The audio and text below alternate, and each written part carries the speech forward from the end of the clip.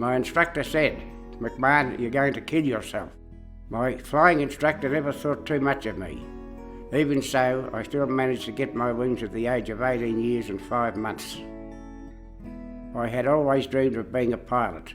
When war broke out, I knew that I would be called up the moment I turned 18. So I decided to beat them to it and enlisted with the Air Force. On and off the ground, when training or in combat, it was always an adventure. Being a pilot was a challenge. We were all there for the same reason, to do our best and help win the war. I travelled from Point Cook to Brisbane, to San Francisco, then New York, where I boarded a ship that would take me to Britain. In my time, I would fly airspeed Oxfords, Wellingtons and Blenheims, but the best aircraft I would fly would be the Mosquito. Some officers had said to me, "I hear you're a very good pilot." "I wouldn't think so, sir." "Well, your instructor said you were." "Well, he didn't tell me."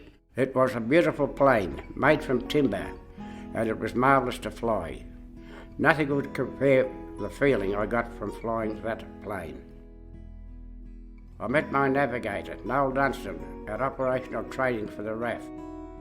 We instantly clicked, and he became a great mate, like a brother. He also happened to be a brilliant navigator, which is pretty important when flying about 5,000 or 10,000 feet up in the air. One night we were flying on a patrol, and it was dark and stormy. It was a very stressful situation, as there were a lot of lightning about. I was trying to keep control of the plane, and I could hear Noel fiddling around beside me. I turned around to see what he was doing. He had undone his seatbelt and was putting on his parachute. I asked him, "Where the hell do you think you're going?" "Well, I'm not staying here."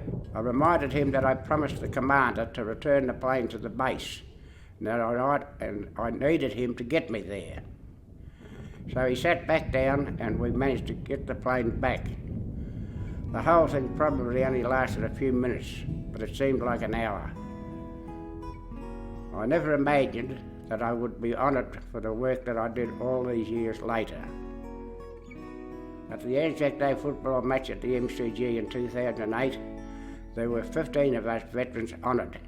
It was one of my proudest moments to be cheered on by 90,000 people.